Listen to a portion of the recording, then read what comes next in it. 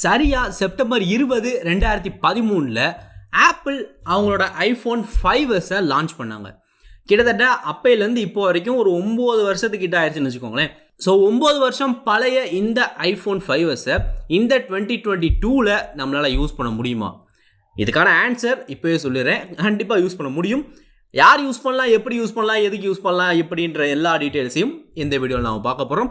So ஆரம்பிக்கலாங்களா? Okay, எடுத்தோன்னே ஒரு விஷயத்த சொல்லிடுறேன். இந்த ஃபோன் நமக்கான ஒரு ஃபோன் கிடையாது. அதாவது நம்மளை மாதிரி ஏஜில் யங்ஸ்டர்ஸ் இருக்கிறவங்களுக்கான ஃபோன் இந்த ஃபோன் கிடையாது. இது ரொம்பவே சின்ன ஃபோன் அப்படின்றனால பேட்டரி ரொம்பவே சிறுசு. நம்மளுடைய அந்த லாங் ஸ்க்ரீன் டைமுக்கு கண்டிப்பாக இந்த ஃபோன் பற்ற போகிறதில்ல. ஸோ நமக்கான ஃபோன் இது கிடையாது. ஆனால் நம்மளுடைய பேரண்ட்ஸுக்கும் ஒரு நம்மளுடைய தாத்தா பாட்டிகளுக்கோ இந்த ஃபோன் ஒரு பர்ஃபெக்டான ஒரு ஃபோனாக இருக்கும். எப்படி பார்த்துருவோமா? எடுத்தோடனே இந்த ஃபோனுடைய பில்டு. ஸோ கிட்டத்தட்ட பார்த்தீங்கன்னா இந்த ஃபோனோட பில்டுன்றது ஒரு ரொம்பவே நம்ம கைக்குள்ளே அடங்குற மாதிரியான ஒரு பில்டு தான் இது. நமக்கு ரொம்பவே ஹேண்டியாக கம்ஃபர்ட்டாக இருக்கும் இதை நம்ம யூஸ் பண்ணுறதுக்கு. இந்த ஃபோனோட வெயிட்டுமே பார்த்தீங்கன்னா கிட்டத்தட்ட 112 கிராம் தான். இப்போ உள்ள ஃபோனை கம்பேர் பண்ணுறப்ப இது ரொம்பவே வெயிட்லெஸ்ஸான ஃபோன். அடுத்து அப்படியே முன்னாடி திருப்பி டிஸ்பிளேவை பார்த்தோம் அப்படின்னா இதில் ஒரு 4 இன்ச்சுக்கான ஒரு IPS LCD டிஸ்பிளே கொடுத்துருக்காங்க.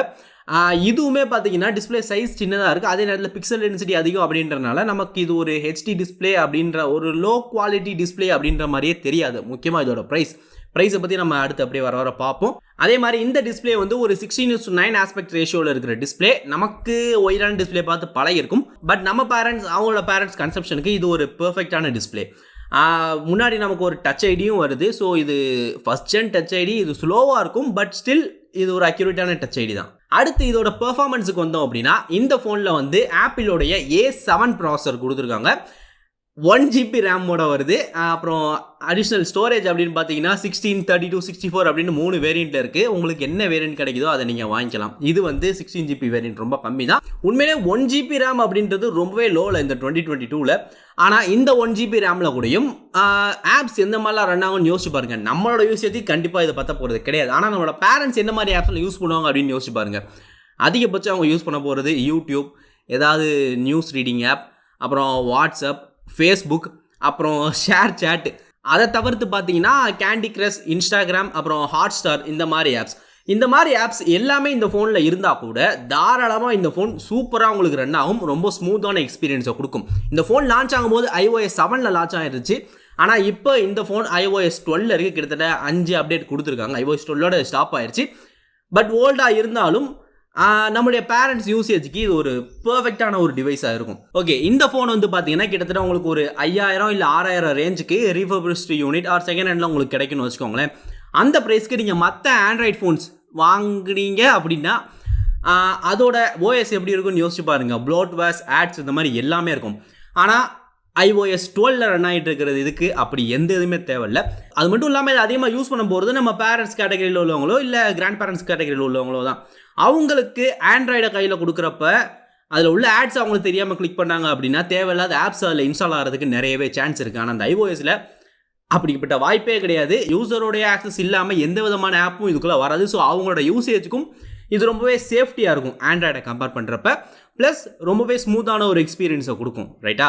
தென் அடுத்து பார்த்தீங்கன்னா கேமரா. இந்த ஃபோனில் ஒரே ஒரு கேமரா தான் இருக்குது. 8 MPக்கான ஒரு பிரைமரி கேமரா. ஃப்ரண்ட்டில் ஒரு 1.2 MPக்கான சென்சர். பின்னாடி உள்ள கேமரா வச்சு நம்மளால் நல்ல லைட்டிங் கண்டிஷன்ஸில் சூப்பரான ஃபோட்டோஸ் எடுக்க முடியும். அதுவுமே கம்பேரிங் டு இந்த ப்ரைஸ் ரேஞ்சில் இருக்கிற ஆண்ட்ராய்ட் ஃபோன்ஸ். ரைட்டா?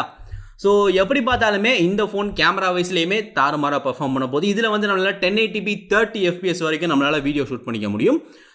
இந்த ப்ரைஸ் ரேஞ்சில் உள்ள ஃபோன்ஸ்லேயும் கிட்டத்தட்ட அந்த மாதிரி தான் இருக்கும்னு வச்சுக்கோங்களேன். அப்படி இருந்தாலும் ஐஃபோனோட குவாலிட்டி அப்படின்றது வீடியோவில் நம்ம சொல்லவே தேவையில்லை. கண்டிப்பாக அந்த ஃபோனை பீட் பண்ணிடும். தென் அப்புறம் ஃப்ரண்ட்லேயும் பார்த்தீங்கன்னா நல்ல லைட்டிங் கண்டிஷன், நல்ல ஃபோட்டோஸ் தான் கொடுக்க போகுது. அப்புறம் 720p 30 FPS வரைக்கும் நம்மளால் ஃப்ரண்ட்லேயும் வீடியோ எடுக்க முடியும். ஸ்லோ மோஷன் ஆப்ஷனும் இதில் உண்டு.